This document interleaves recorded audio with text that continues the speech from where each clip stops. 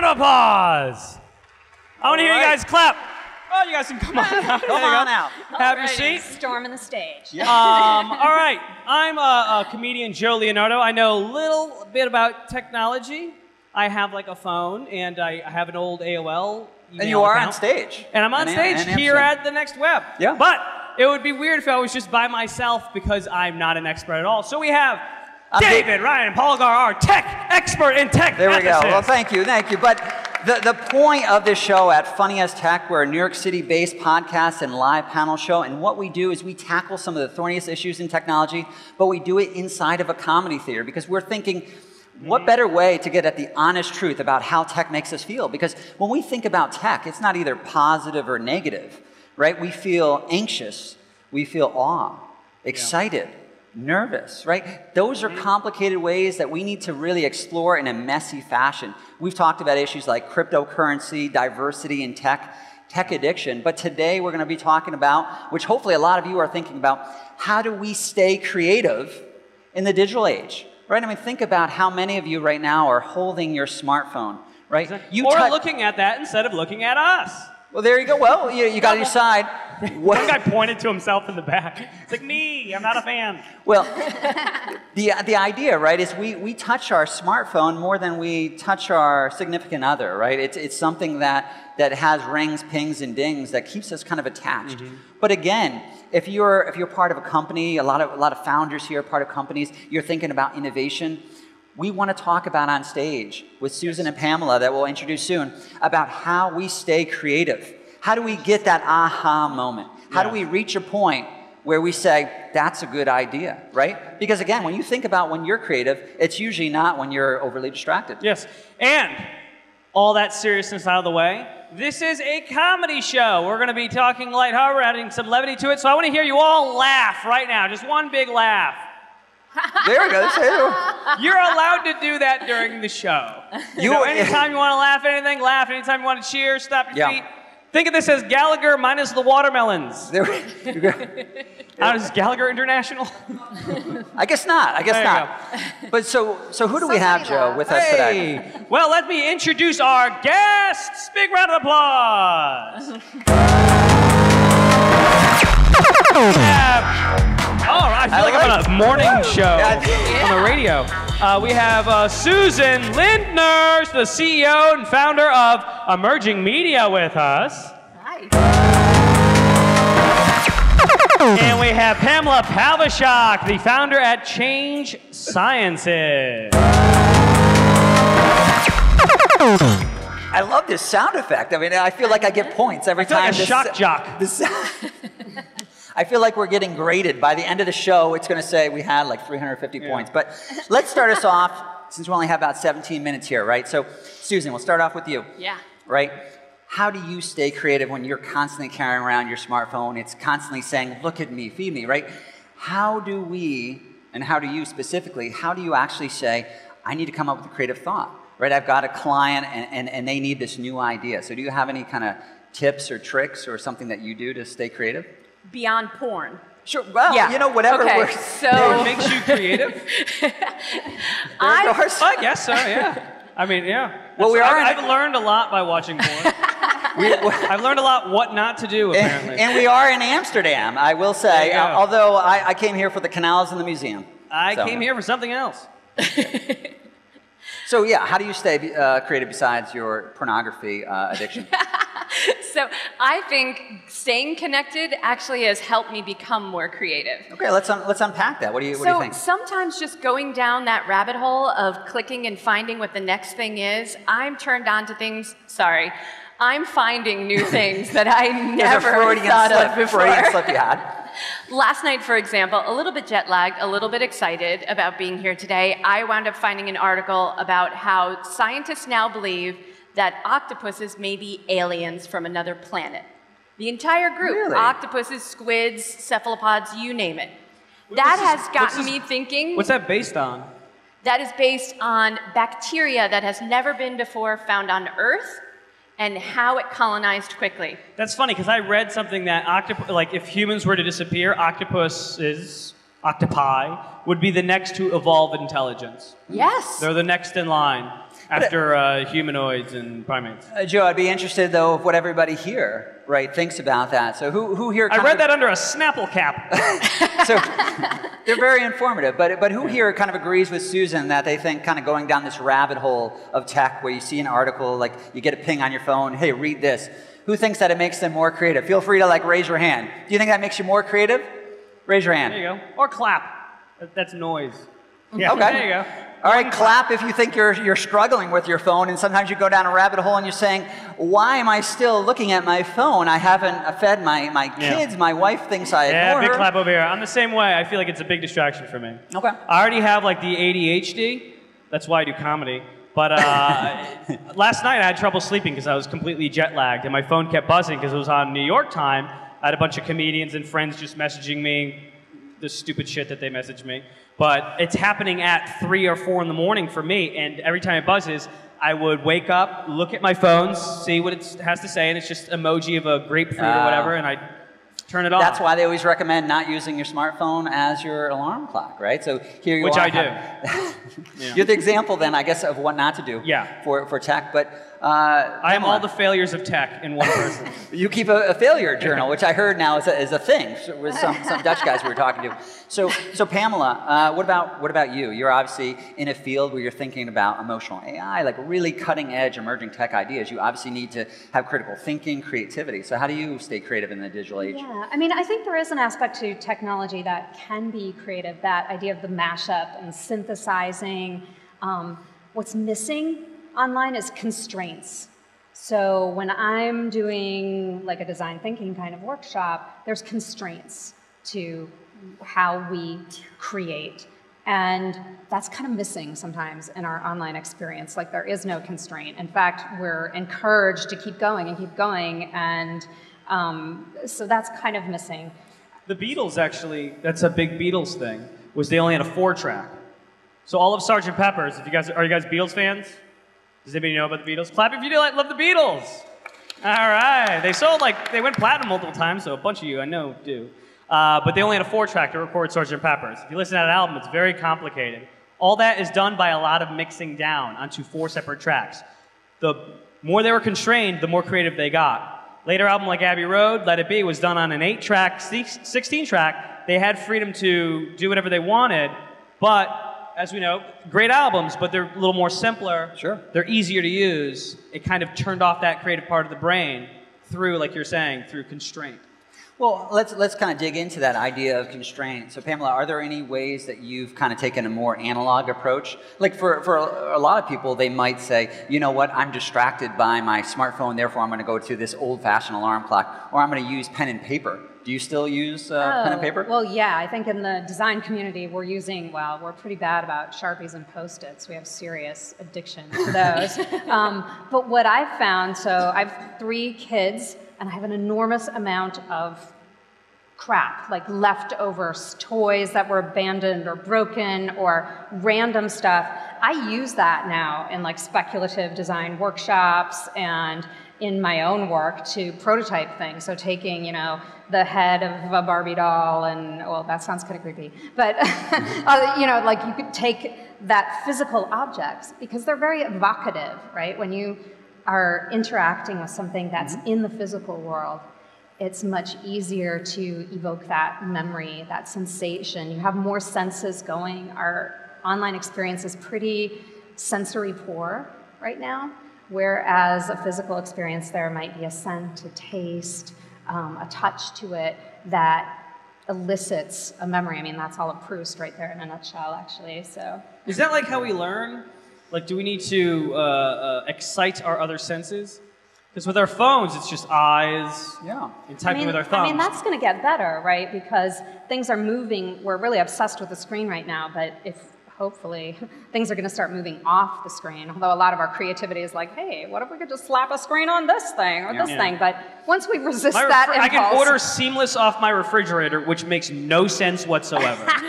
Just open the freaking refrigerator, Joe. Cook something. But yeah, I do think that, that element of sensory richness could come back to technology once we move off of screens, because right now it's all visual, And that's a lot of our problems with our relationships on screens too, is we've got a screen in between, so we disassociate from each other and from ourselves even. What tech do you think will revolutionize that? Or what tech do you think is leading that charge? I don't think there's just one. I kind of don't think it's going to be VR, because VR tends to cut you off in your own world, although there's some interesting experiments. There's a food company, the name is escaping me right now, and they do like a VR 3D printed food, virtual food experience. So you can taste things from history. You can taste things that you never would taste before, and it's a full-on sensory experience combining virtual reality and wearables, I think, and 3D printed objects. And so I think that's a possibility, but I do think it's probably going to be manifest itself again in physical objects that will then have a sensor or something in them. I want edibles more so than wearables, like having Just some be kind careful, of. Susan. That's where they That's a whole other world. Well, that was the promise, right, with 3D printers. We'd be creating this 3D printed food. But Susan, I'm also interested, though, in this idea of burnout, right? So I see a lot of you, right? A lot of you today are on your phones. There's a lot of overwhelming kind of activities going on. So how many of you feel overwhelmed right now by just the amount of activities that you have going on, the amount of social networks that you're on? Kind of raise your hand if you're feeling kind of overwhelmed. All right, so we have a lot of people, right? So I think the big part is, like, I know for me personally, when I feel overwhelmed, I like to kind of go for a long walk, clear my brain, actually put away, not have my phone even in my pocket, because I think if we're tempted by it, that's something we're always going to touch. So hard for me to do. I have a small dog, and I have to walk him 3 times a day because I live in an apartment in New York City. I have to have my phone on me. I feel if I forget my phone, even naked? that short 20-minute walk, if I don't have my phone on me, I feel so disconnected for some reason from the outside world. And I know it's just like it's a tech addiction, just like any other type of addiction. Well, it's nomophobia, right? The fear of not having your phone or not having Wi-Fi signal. Just this idea that we actually. What's it called? Nomophobia. I thought that's when you love a phone and you hate people. Well, it is that. It is that kind of addiction, and now obviously tech addiction becoming a hot topic. But Susan, when you feel overwhelmed by tech and you're just feeling kind of like overplugged, right? Yep. What do? Are you a person who does like digital detox or digital diet or have some type of activity that kind of recenters? After the drinking? After the drink? Well, After the drinking. So then. Maybe it's tech-free drinking. Like you don't have your phone at the That's bar. right. So maybe like Don't hanging drink out and text. I think we all know where that goes. hanging out with friends, having a beer. I mean, that's always a good activity. I love nature. Yep. I love to travel, and I love to eat crazy things. And you were saying kind of off stage that you did have an experience, right, with some crazy food. So do tell this experience, like traveling, I guess, to Amsterdam, right? You had some to Stockholm. offshoot? Okay. Yeah, I had a 7-hour layover in Stockholm, so I made a decision to leave the airport, and I figured I really just have time for a great meal. So I thought, what does Stockholm have to offer? And I saw this fantastic menu board that said, your choice, 3 kinds of herring, a moose burger, or reindeer steaks. So I thought, this is my only opportunity to eat Blitzen, Vixen, and then one of the other Santa's reindeers. I'm going for it. So that was just you fantastic. ruined everybody's childhood by eating. I only got coal when I was a kid. This Santa's is my gonna be revenge. Eating one of Santa's reindeer. Yeah, I love challenging myself with things I never would have tried before. So new experiences for me are the way I tap out of tech and try something new. But I will say this, coming to Amsterdam, using Google Maps was a lifesaver. Being able to just look at my phone, getting here is because of Google Maps for me. You know, I had the technology to find my way here. So there is like the plus side and the minus side. I can't, Well, I think that's. I can't look at a map. I think that's the key part because for example, like the airlines, they lost my luggage, right? So I had to go out yesterday and David find bought this full suit yesterday. This by is the way. solely for your benefit, courtesy of H&M, and really, I was just walking around, and I didn't even have any signal on my phone, and I was getting lost. But like at the same time, you can feel those synapses going off. You're saying, "My God, where am I?" You know, it's a beautiful city. You're walking around. There's canals everywhere. Friendly people. Almost getting hit with bicycles all the time. Yeah. But it was great because you had to pay attention, and you realize that so many times in life we're kind of on autopilot. So apparently that's what I kind of want to dig in, right? It's like. Do you ever feel like you're on autopilot? And if so, like what do you do to kind of push yourself out of that? Because I'm sure a lot of you can relate. Like so many times in life, you're just kind of walking through, and then all of a sudden you get into a different location. You wind up in an unusual territory, and you're saying, wow, this is different. I have to pay attention. I can't just look at my phone. I actually have to talk to random people. Yeah, I mean, what I like to do is impersonate Alexa. Impersonate Alexa. Hello. Pretty good, right? That's all I got. That's all I got. That's all my Alexa. She can't even understand a word I'm saying. No, I do think also, there's something I have a cousin to that. named Alexis, so she goes off every time I talk about my cousin or I call her on the phone. Alexa's always listening. I see a little blue light turn and look at me. I wonder. Well, that Amazon's name writing all has this gone down. down in popularity significantly in the U.S. because of Alexa. Right. Because you can never date a girl named Alexa because every time you said her name, Amazon would be listening to your conversation. We don't have much of a guarantee that they're not in general. Right. They'll know I'm just sitting at home watching like the So Prophet. Amazon would say, you have a very boring relationship, you know, and then sell me self-help books. She puts herself on snooze. Right, so right. boring. So you're autopilot. How do you get out of that? Yeah, I think the same way a lot of people do. It's, you know, what's most evocative? It's stories, songs, scents. Those are all connected to our memory. So anything that you can do to sort of stimulate new experiences. And so I think travel is a great one. I think, honestly, having kids really stretches you in new ways and challenges you to do things that you wouldn't normally try or do. Plus, you can relive all of your childhood. So for instance, I went roller skating at a roller rink last week because it was a birthday party and that's what we did. And I'm like, well, I'm the only parent going, but who cares? I'm going to do it anyway. And, you know, so it's those kind of new experiences. I fell a few times. But it was still fun. That's like a one-way ticket to the emergency room for me. I used to be pretty good, so, you know, it just kicked right in. Susan, yeah, I want to like have those moments where I put down my phone, maybe use a pad paper. Because doing stand-up, I write all my jokes on my phone. Sometimes if I'm workshopping new material, I'll have my phone out and I'll have like a key phrase that jots my memory for something. But I've responded to a text while working, while in the middle of a stand-up act. I was looking at my phone, something popped up, and I literally split my brain, was doing my act, the audience was loving it, and during their laughs, I was responding, no, it was okay, audience. I responded to a text. It was like my mother was trying to... Well, that's where they wonder if it's like a Pavlovian kind of impulse to respond. But as a lot of you probably saw, right, with the recent Google kind of update, Google Duplex, that took up a lot of the dialogue, but Google announced that they are going to have a focus on well-being. So with the Android, they're going to have a new tool where you flip over your phone, you have a do not disturb kind of moment. I love that idea. Yeah, no, it's a great idea. Okay, I'm a critic of that one.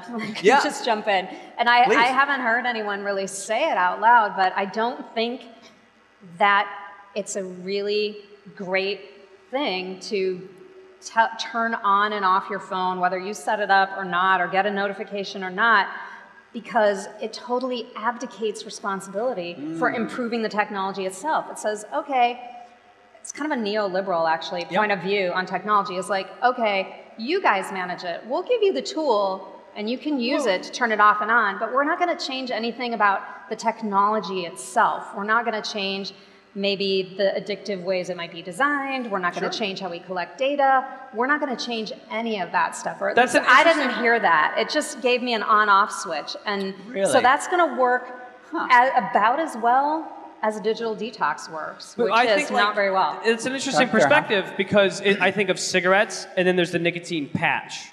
It's kind of like a nicotine patch for your phone, right? It is necessarily, it's on you to quit smoking. Right, but you can use the patch as a tool.